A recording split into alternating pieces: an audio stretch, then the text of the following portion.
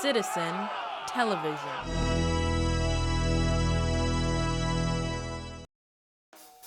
Greetings and welcome to another episode of the Planetary Persuader. I'm your host, Kozmc Kev, and this is for the week of June 8th through the 15th, 2012.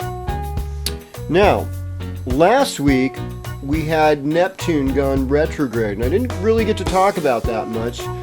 And that retrograde Neptune means that we have to introspect on our spiritual lives. We have to look within and re-embrace whatever form of spirituality we have. Now, Neptune's going to be retrograde for a long time. Whenever outer planets go retrograde, they usually do so for quite a while, and I believe that Neptune's going to be retrograde until the 11th of November. So that's a while, folks. That's like a good 5 months. And during this time, I think we're going to develop ourselves a lot spiritually. And I think after whatever happens with the,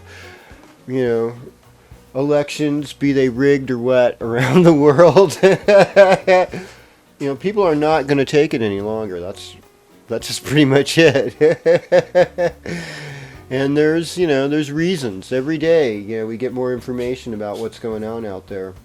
So it's Gemini time. So let's celebrate Gemini. Gemini, the myth of Castor and Pollux, folks. The two twin stars that rule that constellation. Castor was the good son, and Pollux was maybe the not so good son. And Castor, God had sentenced Pollux to hell, and Castor said, "Oh man, I don't want to lose my twin brother." And he said, "Well, Castor, you're good, and Pollux is bad, and I can't really send you down there." I said, "Well, what can we do?" And forgive me if I have these names reversed, because I probably do. But it's Gemini time. What do you expect, right? And says, "Well, Castor, you're good, but I know you don't want to be lonely for your brother, so I'll let you go to Hades just to see him, and then you can come back to the heavenly realms and be with us again." And so that's Gemini in a way. It's like the sign that's been to Hades and back. And that unique perspective, being able to embrace other thoughts than are normally conventional or privy to everyone out there. So what I would encourage everyone to do during Gemini time is breathe, first of all, because Gemini is an air sign and it rules the lungs. So take a deep breath, let it out.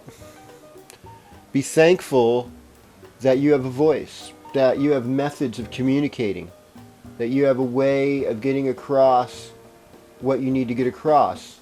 And oftentimes in Gemini time, I've read that it's a combination of physical strength and mental agility. It's also a combination of a lot of chatter and a lot of silence. Mercury, it's the one planet that one side's cold, one side's hot. One side never faces the sun, one side always does. Very interesting. So there's that duality that a lot of other signs don't find so comfortable. And there's each one of us has this constellation Gemini somewhere in our chart. And so we're going to find out where that is, how that's activating us in this next episode of the Planetary Persuader.